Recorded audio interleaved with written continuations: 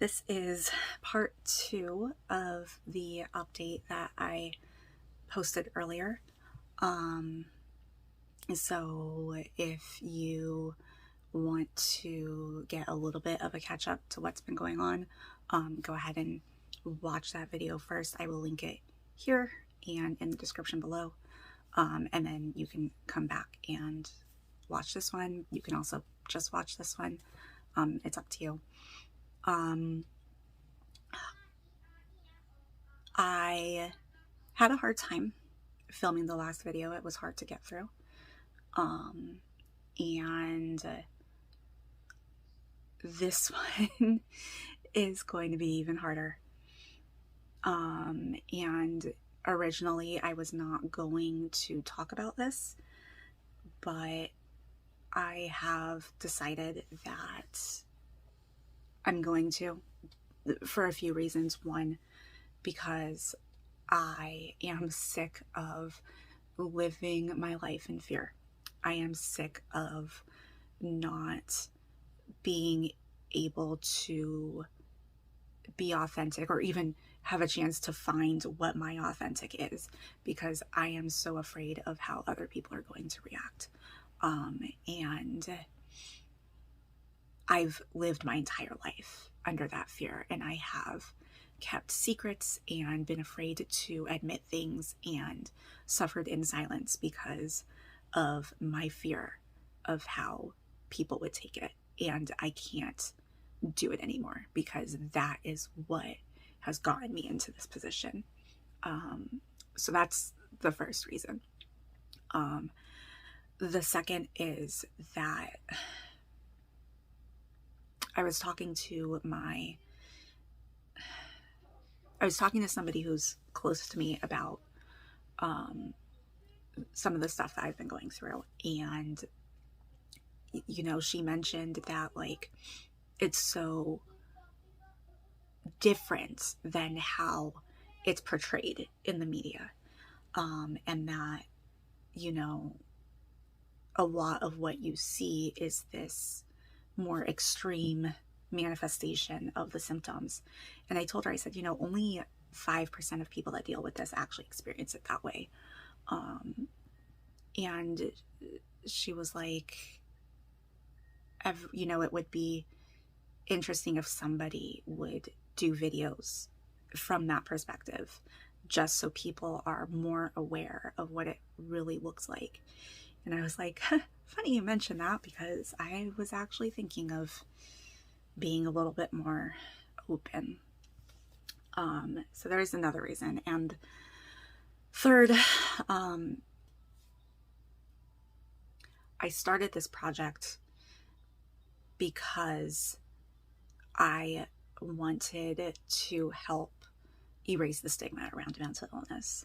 I wanted to make it less of a taboo. I wanted us to be able to talk about it openly. I want us to be able to say that we have a mental illness and not have it affect our relationships or our jobs or, you know, our education. Like, you know, I don't want to be worried about somebody finding out about my mental illness and then I lose my job. Like, that's not fair. It's not right. And it's a really messed up system that we have. And it doesn't help that, you know, so many of the highly stigmatized illnesses people, even in that profession, do not want to handle. And I'm sick of it. I really am. And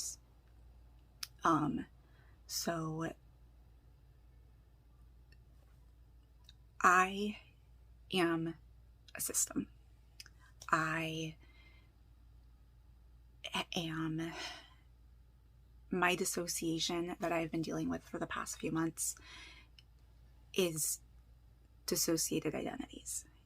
And what that means is that it is a manifestation of some sort of dissociative identity disorder, otherwise known as D.I.D. Now, what this is actually pretty accurately pretty accurately represented in the name. It is a dissociated identity. So essentially what it means is when we are born with a fragmented identity. And the theory is that we defragment, so to speak. So all of these little pieces become one identity somewhere between the ages of 7 and 9. Now, what happens with D.I.D. is that something occurs during the child's developmental phases before that age range, before that age in which your identity would become one, that causes the child to dissociate to such a degree that the experience becomes separate from the rest of the child. And so because that fragment holds on to that experience so that the child can continue to live, essentially, that psyche, the identity, it never fully coalesces. Like, so there's always this fragmentation. It never goes through the normal developmental path. Now, this is typically a pervasive traumatic experience. And not only is it traumatic, but it is one in which the child can't escape. And that the only way that you can escape is to dissociate. And then have it so that this is happening to somebody else. This is not happening to me. And so what happens is once your brain has created the mechanism to separate experiences into different pieces, it has now learned that this is a method I can use. And as subsequent experiences happen, it can also separate those out. And so you end up having these multiple identities, or rather multiple pieces of your identity that remain fragmented. And each of those fragments holds on to a different experience, or holds on to a different coping mechanism, or things of that nature. I'm not a mental health professional. I'm not licensed in any way, and I certainly don't want to I don't want anybody to use this as like a diagnostic video, because it is not in any way. I am still learning about this disorder and what it means for me. So, but I do just want to give a little bit of background on it. Now, with that, there is different degrees that people can experience this. There's degrees to D.I.D, and then, an even lesser degree, you have OSDD, which is otherwise specified dissociative disorder. OSDD type 1 tends to be other systems that don't meet the full criteria for D.I.D for one reason or another. I'm not going to get into that right now, but I can certainly do another video in the future about it. What tends to happen is that these pieces of you have their own they have their own personality, their own wants, their own needs, their own strategies, their own likes and dislikes. And not only are they like just their own person, they also can come forward, and it can be so like I will go into the background and somebody else will come forward, and they are their own person, essentially.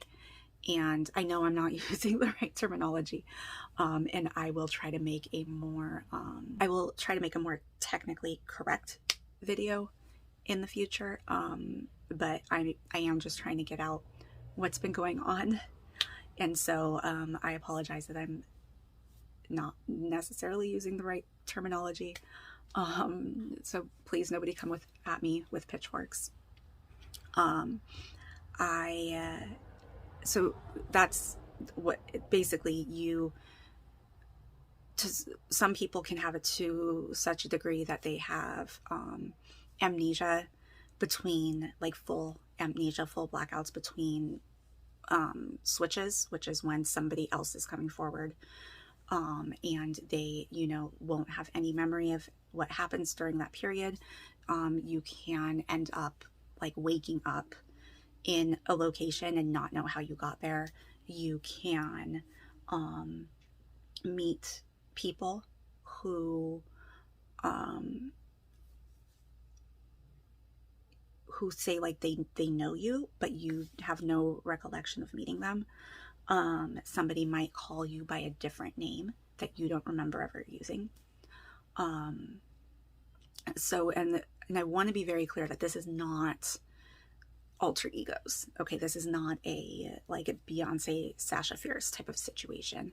That these are fully formed identities. It's not just a persona you put on for the night out. And you say like, you know what, tonight I'm gonna let everything go and I'm just gonna pretend to be this other person so that I can, let loose. Like that, it's not how it works. There's no choice in it. And now for some people, you have less blackouts, and you have more grayouts where you'll remember some of what happened while you were not in the pilot seat, but you won't remember everything. And then as you get further away from when it happened, you lose even more of that memory. That is more of what I experience. So I'll know that something happened, but I won't know the details about it.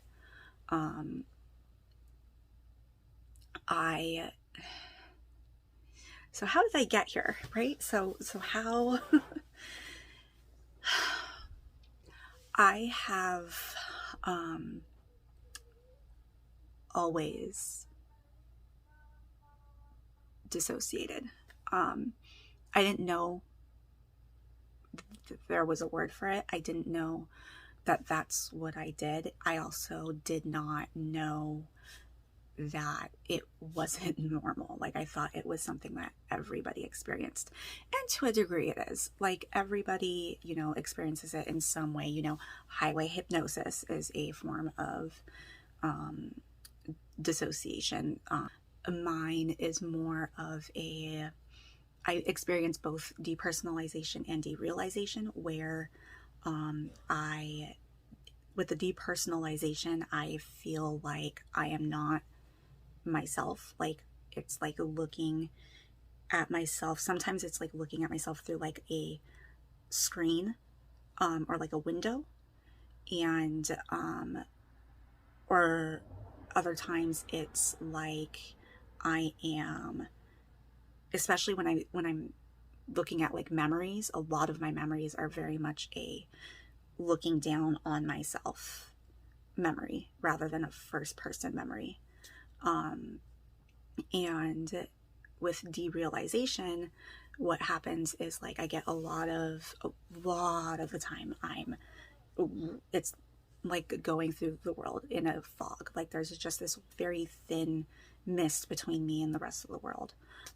Or things just kind of look warped.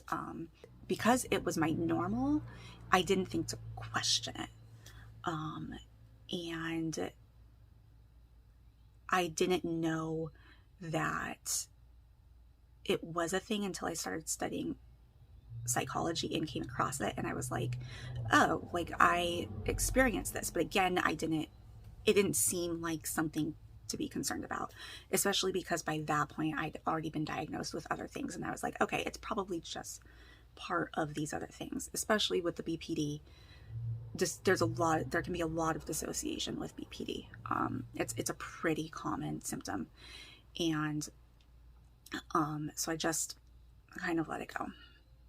The one piece that I figured out was not normal came about in like high school. And I never told anybody about it because I was so embarrassed about it. But so I've always had a very active imagination, and I always had imaginary friends, right? Except there were certain imaginary friends that were invisible friends, and I made the difference in that the imaginary friends I knew weren't real. The invisible friends were just friends that other people couldn't see. And you know, as you get older and you know, you start to like become more aware of the world around you, it all turned into imaginary friends because it's not possible to have invisible friends that other people can't see. I still had these invisible friends or imaginary friends. They would talk to me, we would have conversations. Like I had a whole universe in my head. And I now know that what I've been doing for a lot of my life is maladaptive daydreaming, which is it's basically an extreme form of daydreaming that is used to escape reality. And I will do a video that expands on that a little bit more in the future. I was originally planning to have one of my first videos be about that because when all of this started happening, I thought when I discovered the maladaptive daydreaming, I was like, this is it. This is what it is that I'm dealing with. It really wasn't, but at the time, that's what I thought it was. So I was going to make a video about it. And then that kind of got put to the side burner as I dealt with all of these other issues that were coming forward. And the imaginary friends, they, you know, would interact with me in this world that was in my head, but also outside of it. And they were integrated into my daily life. Like I'd be talking to somebody and this imaginary friend would be commenting on what the person was saying.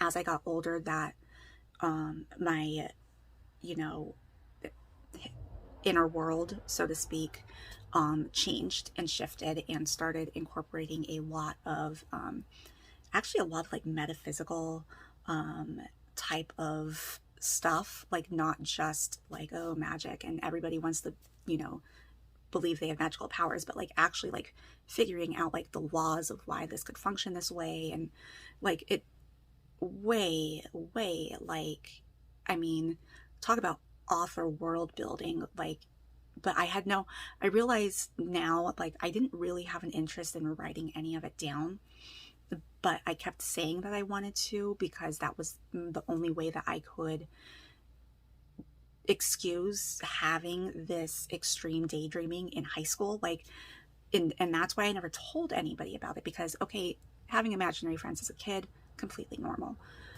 Having imaginary friends in high school, like, I should have grown out of it by then. And it was really embarrassing. I was using it to escape a lot of what was going on. And like, I would go on days that I didn't have anything to do after school. I would be home, close the door to my bedroom and just escape. And that I lived that way up through like, even after I got married, I was still escaping into these realities and didn't tell anybody. I never told a single psychologist about it. I never told my best friend about it, who knows like almost everything about me. I never told my husband about it, who knew everything about me. And like even the things that I am embarrassed to tell most people, my husband knew, but he never knew about this because like this was such a safely guarded secret that I was like, nobody can ever find out about this. And the thing about it is and sometimes I would question it too, like they had their, like, when they would talk to me, they had their own thoughts and feelings, and you know, like, there are some of them who, like, did not like people that I was really close to. And, you know, like, there certainly were times where, you know, the question would be like, why just do I have an imaginary friend that has an opinion about the people in my real life? And I never, like, it would be a passing thought, but then I would never, like, expand on it. And I like, that's just how I lived my life. And I knew that it was weird, and, like, I thought it made me crazy, but I didn't, you know, I didn't know anything. I didn't know anybody else who experienced anything like that. And that's when I discovered the maladaptive daydreaming. And I was like, oh, this is very similar to what it is that I'm experiencing. And now, maladaptive daydreaming, it is not in the DSM, and it is not in the ICD. Again, I'll do a video that goes a little bit further into that and gives a little bit more information. But essentially, there were pieces of it that did not fit with me, but it was the closest that I had come. So I figured, this is what I'm dealing with.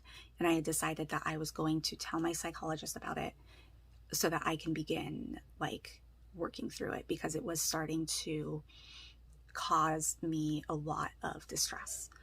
And I was fully going to have that conversation with her. And then the Fire Nation attacked. No, that's when I had my bit of emotional breakdown and the script flipped.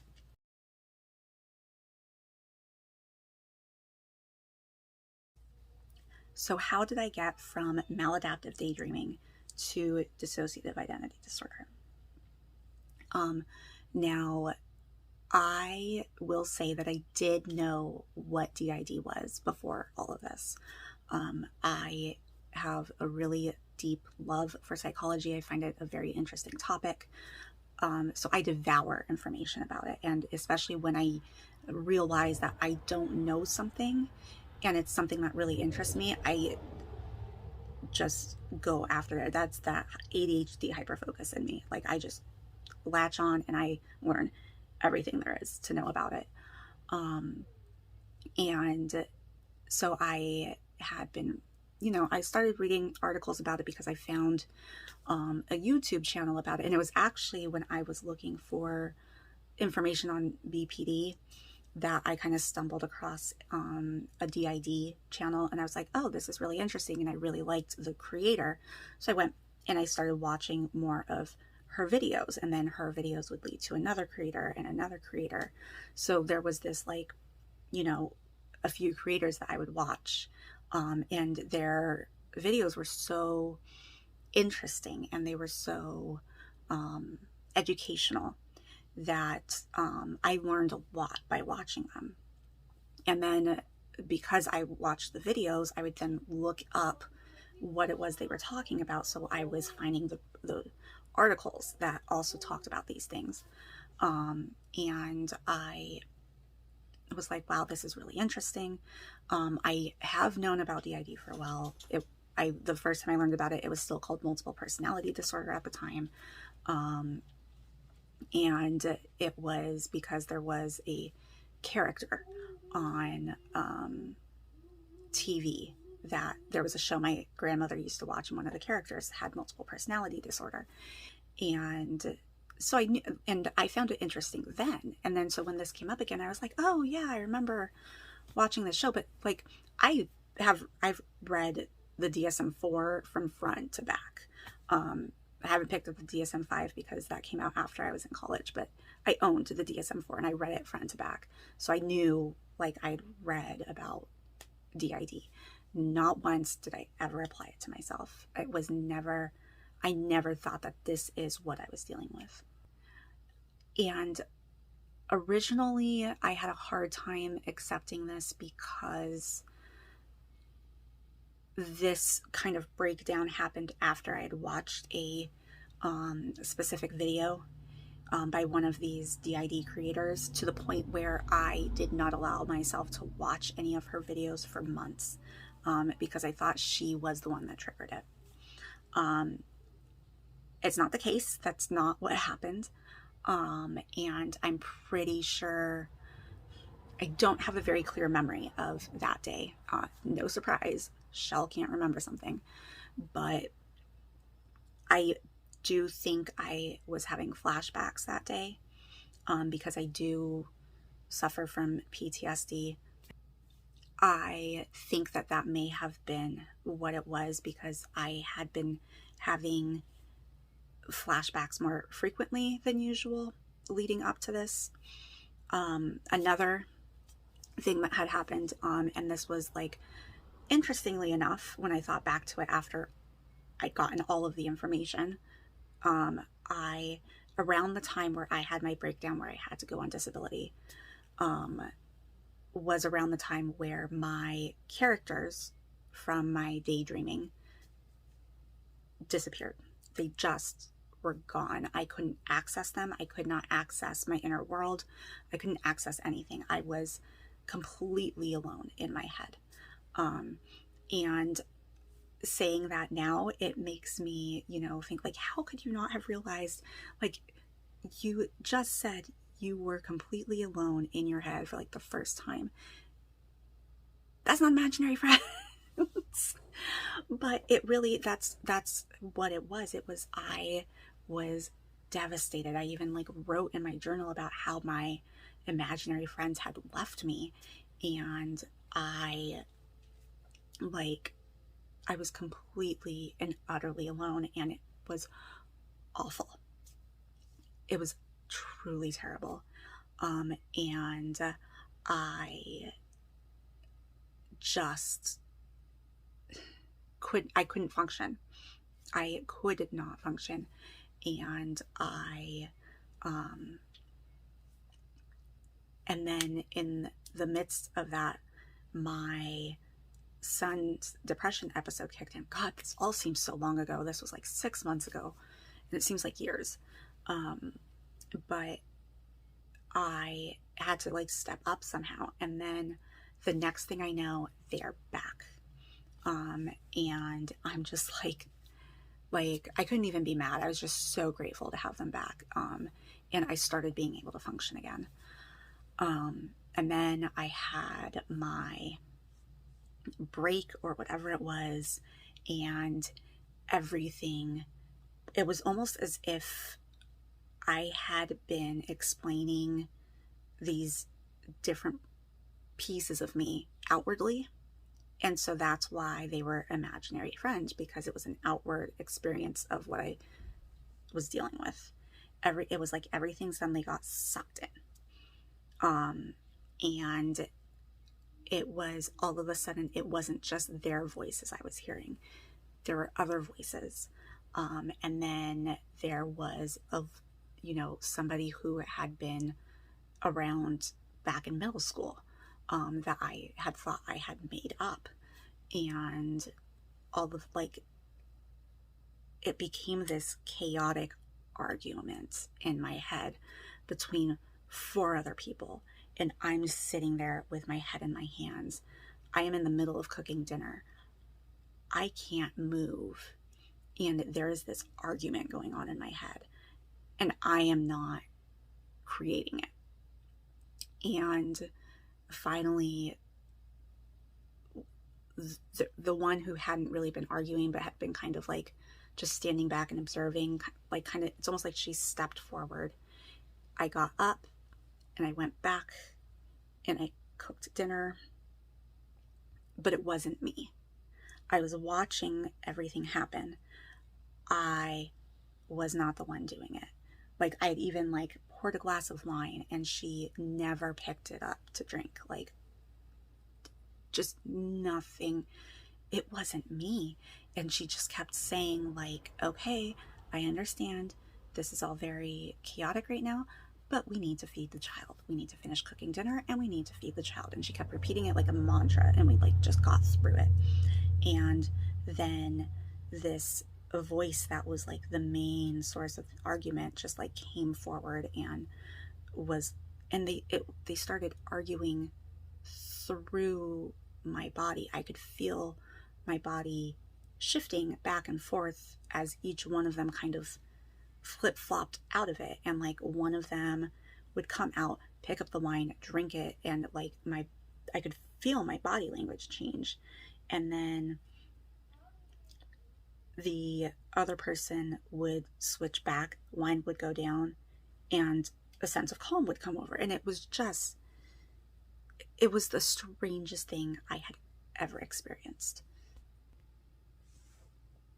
So I don't remember how that conversation ended. I don't remember how I got through the night.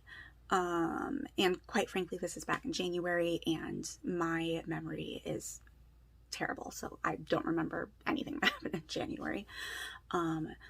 But I sat with it for a couple of days on my own. Like, what is going on? What is this? And I did what I always do when faced with new information. I dove in and learned as much as I could about, like, okay, this is very similar to what people have said D.I.D can feel like. I started reading everything I could. I started watching more of the, like, this is what it feels like videos. I dove deeper into Maladaptive Daydreaming. I dove deeper into BPD. I knew it wasn't schizophrenia. I knew, because I've known people that have schizophrenia, and I knew that that was not what I was experiencing. I knew it wasn't hallucinations. But, I read like everything I could about hearing voices and dissociation and trying to fit all of the pieces together. Then I read all of this stuff. I said, okay, this is what I am experiencing. These are the pieces that don't fit. And then I went to my psychologist and I said, this is what happened to me. And so we did a couple of weeks where she and I was working with her and my psychiatrist, because she wanted to make sure that it was not a component of bipolar disorder.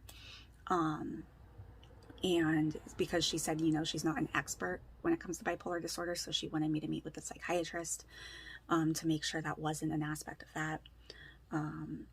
I talked to the psychiatrist. She was like, well, it's either going to be schizophrenia or D.I.D. And I said, I know it's not schizophrenia. I'm not hallucinating. I'm not having delusions. I'm not having any kind of disorganized thinking or speech. It's not, because the disorganized thinking, it's not my thinking. Like these are not my voices.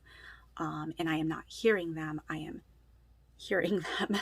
Like, I don't know how else to describe it. It feels like how your thought, like if you're the type of person that thinks in words, if you can hear your inner voice, it's like having multiple inner voices. And so I was working with the psychologist and the psychiatrist, and they were like, the psychiatrist was like, well, we can try medication, because at the time, the one who was like the kind of causing a lot of problems at the time, he was so angry, just so angry, and he was constantly yelling. And the psychiatrist was like, well, we can try medication and see if that helps with the voices. I said, oh, but I don't want all of them gone. I just want him to quiet down. Like, I can't, because the thought of losing them, when my therapist had said, like typically, the treatment for this is to, have them go away. I'm like, I broke down completely. I was like, I can't function if they're not in, like, I cannot function by myself in my head. It's not, I can't do it. And like, I've never been alone in my head. That's not even a possibility. And the psychiatrist was like, well, you know, we can either, I can't promise it'll get rid of the voices. And, you know, and there's no way of knowing if it, and we can't like pick and choose which voice it gets away. And so thought about it. I was like, okay, let me try it. So I went on that for 2 weeks. The only thing it did was make me absolutely ravenous. I think I gained like 10 pounds in a week because I was eating so much. And it did nothing as far as helping the voices. And so I was like, yeah, no, I'm not taking this anymore. And my therapist was like, my psychiatrist said, this does sound, like it's probably D.I.D. And my psychologist said that she was going to refer me to a specialist because it was something outside of her scope, and she did not want to do me a disservice by, you know, treating me when she didn't really know what she was doing, which I respect. And I was sad, obviously, for that. And it was difficult. And the one thing, like, I do respect a lot about the transition was she did a slow transition with me, knowing that not only do I have an issue with abandonment, but I've had where it at least felt like therapists were giving up on me. And so she was very cautious about how we did the transition. And I,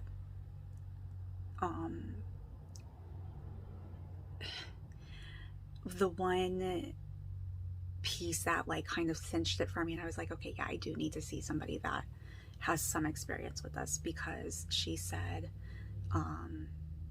because I described how basically the way that things are is like, there's like a house that they share, most of them share. Like, as more come forward, I start to learn a little bit more about the dynamics, but most of them share a house and they have their own rooms. And he's almost, and I described it as him being in his room. His room is in the very back, and he would just be in his room, like by himself, kind of almost like an angry teenager. And then every once in a while he would poke his head out and like throw something down the hall, like just say something that would carry down the hall. And she was like, so we need to figure out how to keep him in his room with the door shut. And I got physically angry and sick to my stomach, and I wanted to cry, like, and I realized I didn't want to punish him. I wanted to speak to him, and I wanted to figure out why he was so angry, but I didn't want to shut him in his room.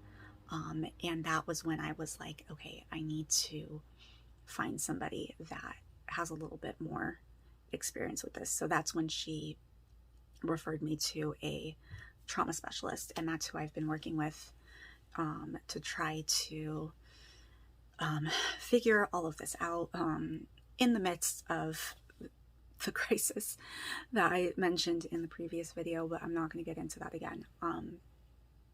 And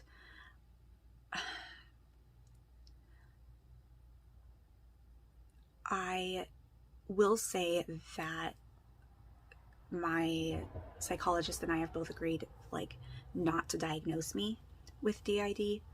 From his perspective, he said it's because he doesn't see it as causing a dysfunction for me, that it is actually the reason I am functioning. And so in that way, he does not see it as a disorder.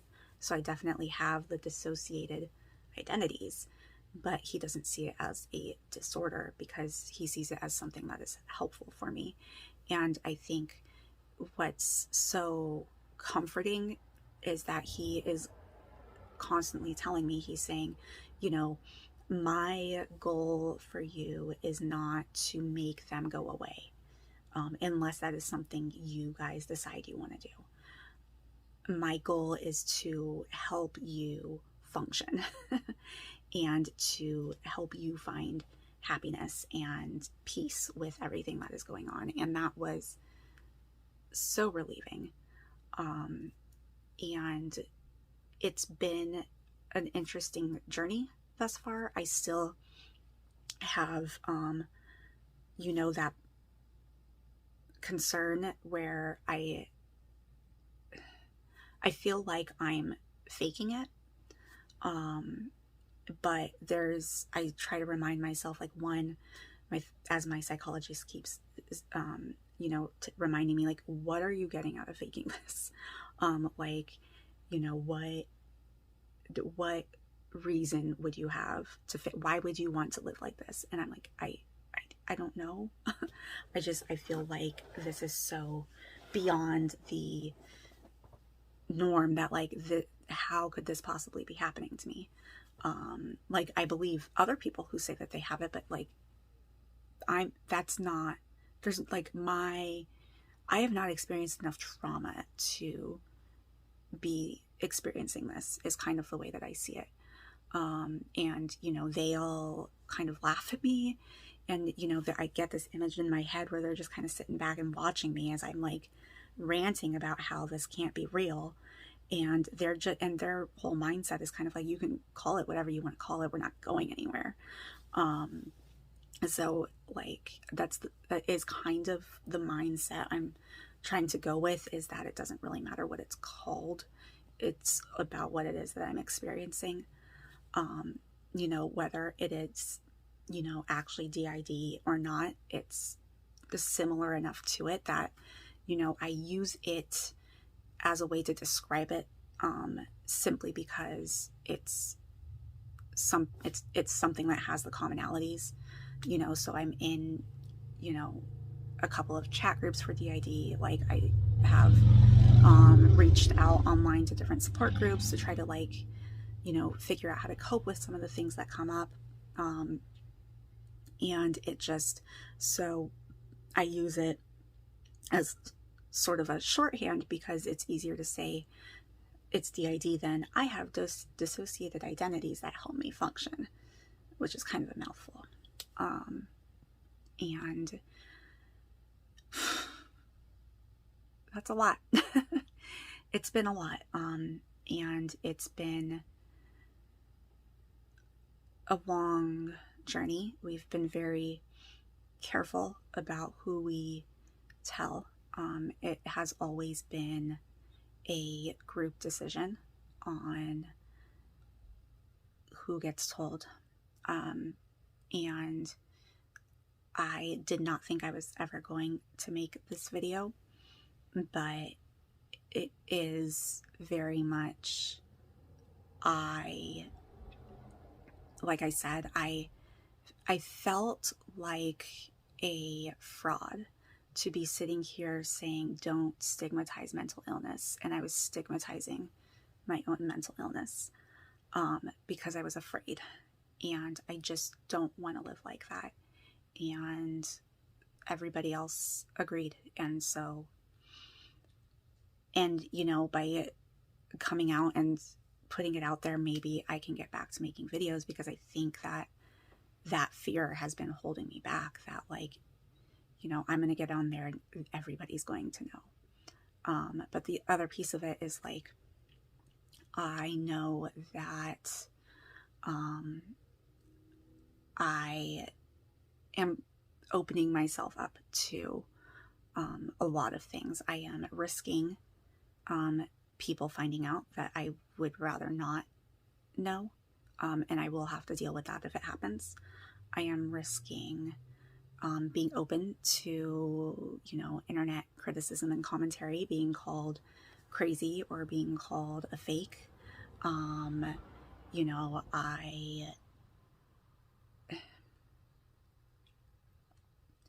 am not, our switches are not very overt. We are a very covert system.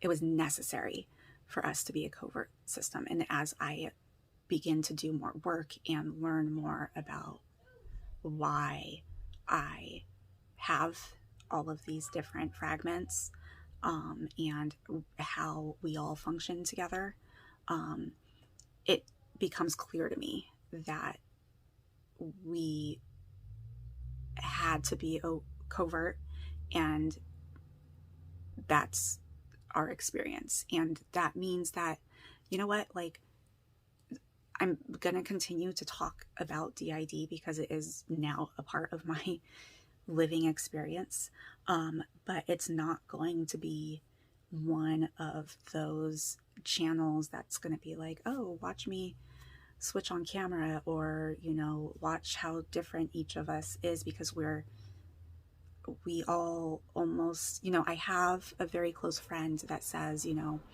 I have a couple close friends that they say like, we know when it's not you, like we can tell. And I do have a friend that, like, when they're talking to me, and if they notice something seems off, they will ask, who am I speaking to right now? And the funny thing is like, we've found that oddly comforting. And it's, so, and it is a little bit more, it's validating to know, like, okay, maybe I'm not making this up if other people can see these differences.